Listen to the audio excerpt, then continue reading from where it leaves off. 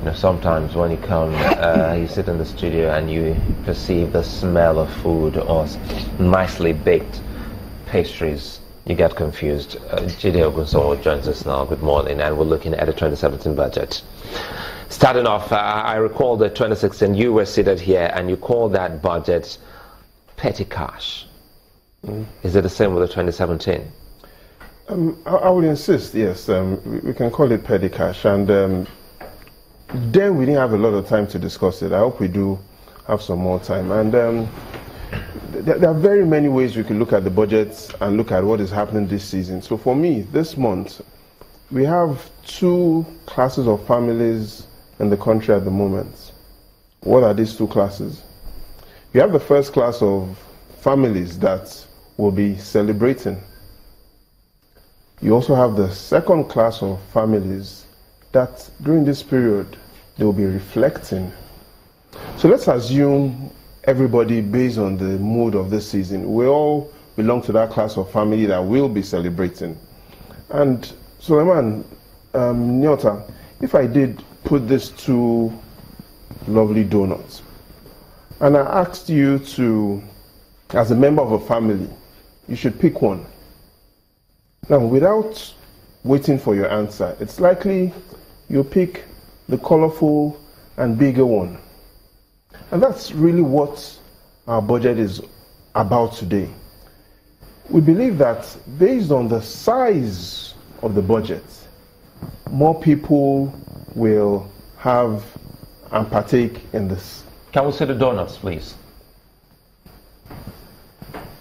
So we've got two choices as family members. Either you go for the smaller one or you go for the more colorful, elaborate one. More people would prefer to take this home. But the first question you need to ask is, how many people do you have living with you? And that's really how the budget should be looked at. It's not about the size of the budget. So you could go with a bigger, colorful, elaborate one, and you might have over 1 million people at home to feed. Alternatively, someone else that goes with a smaller one, has only 2 people to feed, will get a bigger chunk of the budget. So here's what I mean. Last year's budget was 6.06 trillion naira. This time around, we are looking at 7.3 trillion naira. In simple terms, that's an increase of 20.4%. But there are two challenges, Suleiman. The first challenge is inflation right now is 18.4%. Once you take out the value of inflation, it simply means that the budget isn't really 7.3 trillion naira. In real terms, it is 7.3 trillion naira discounted for inflation of 18%. So though the government is planning to increase spending by over 20%, inflation has grabbed as much as 18% of it. So what they are really left in real terms is a 2% budget. But that's not the full story, Inota. The second real story is that our population is growing, based on the last report from the NBS, is growing at approximately 3.3% per annum.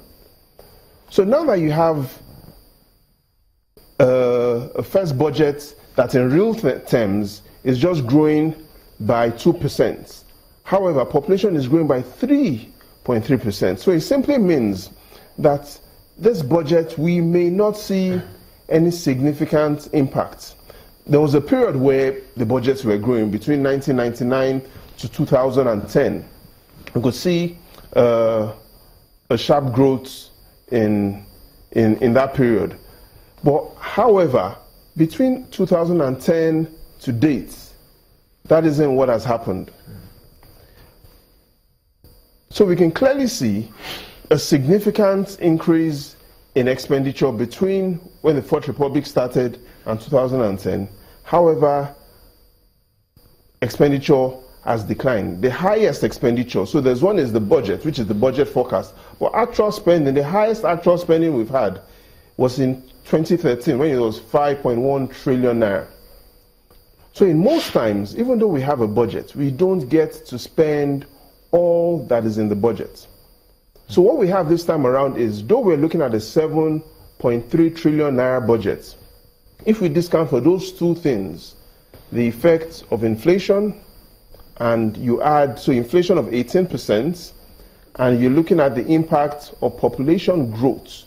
So as our last year, population was only 187 million.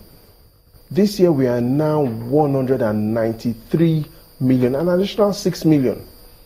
So the budget most likely has the potential to have a neutral impact. However, are there opportunities for the budget to be successful? Yes, there are.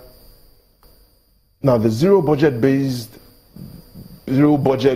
system that we seem to be running right now has the impact of prioritizing expenditure and being able to minimize leakages and all those areas where there's waste. Let me just chip this in so that I could tie it all in. As at September 30, based on the president's speech, he said about 50% had been spent from the 2016 budget. Now, that budget was eventually passed about April, May or thereabout. Yeah. So if by April the budget was passed, and as at September 30 you spent about 50%, what do you think? How would that play out compared to the 2017 budget? So we get caught up in the trap of how much are we spending without focusing on how much do we really need to be spending. And here's what I mean. As long as we keep looking at it from how much do we have available, and then we start budgeting based on how much do we have available, and every year we keep making baby steps of 10%, 15, 20%, we wouldn't achieve much. For instance, even though we have to make do of what we have, which is good, but we also know that good is the enemy of great. Every time good and great go to war, great always mothers good. So our budget system, if we're satisfied with it, we perhaps will say it's a good system. But is there a great system? And the great system is looking at the budget of, for instance, the US, $3.7 trillion, the equivalent of 1.1 quadrillion naira. To make it simple, the US budget per person, per capita, is 3.5 million naira. With the 7.3 trillion naira budget for 193 million Nigerians, that's only 37,000 naira per person. Per person, compared to 3.5 million naira per person in the US. Now, as at the last time I checked, all lives are equal, and there's nowhere that will tell you that one US life is more important than 90 Nigerian lives. So in simple terms, what it means is what the US government budgets per person is 90 times what it is here. In the UK, it is approximately 6.5 million naira per person. So clearly, those are the indices that significantly impact the quality and standard of living. And once you see those sort of indices, it clearly lets you understand that this budget, perhaps not the fault of this system or the present government, but our budget wouldn't get us out of that danger zone. You know, we'll take a moment and we'll quickly wrap up this by telling us the good in this 2017 budget. That'll be when we return.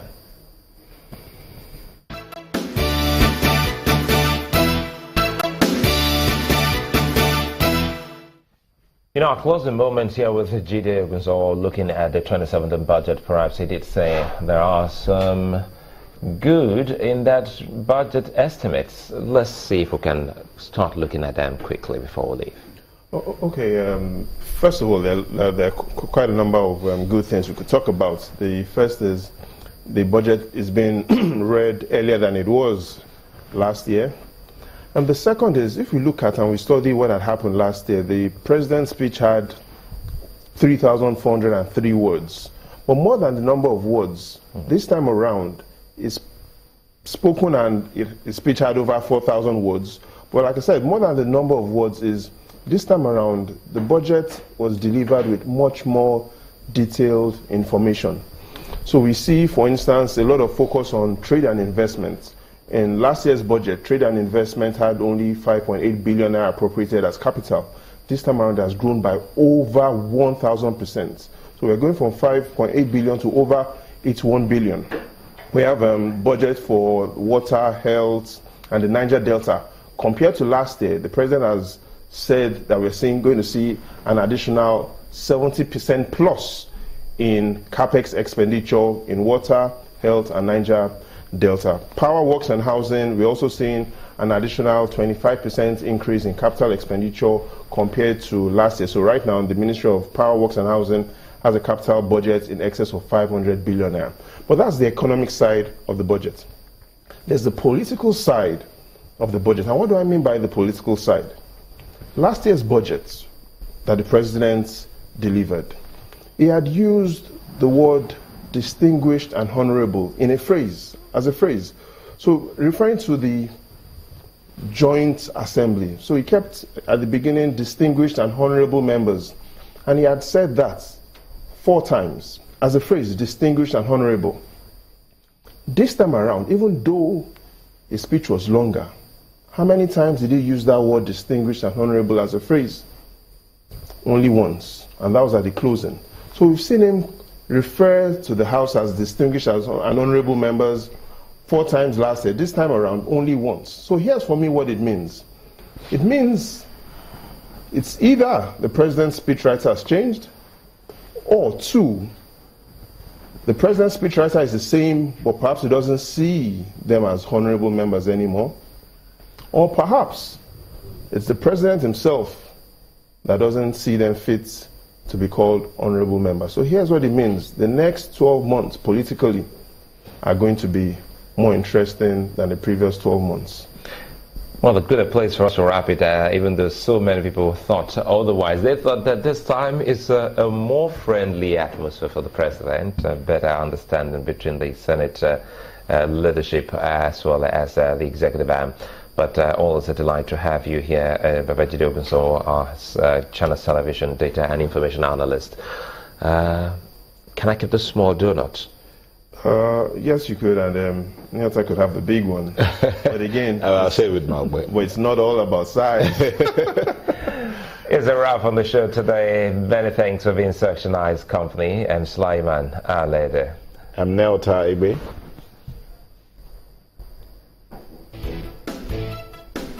We'll talk about saving best for last. Not nice that you had Jide with the donuts there. Well, hey, it's okay. I'm Maokbe Ogun. Thank you for watching.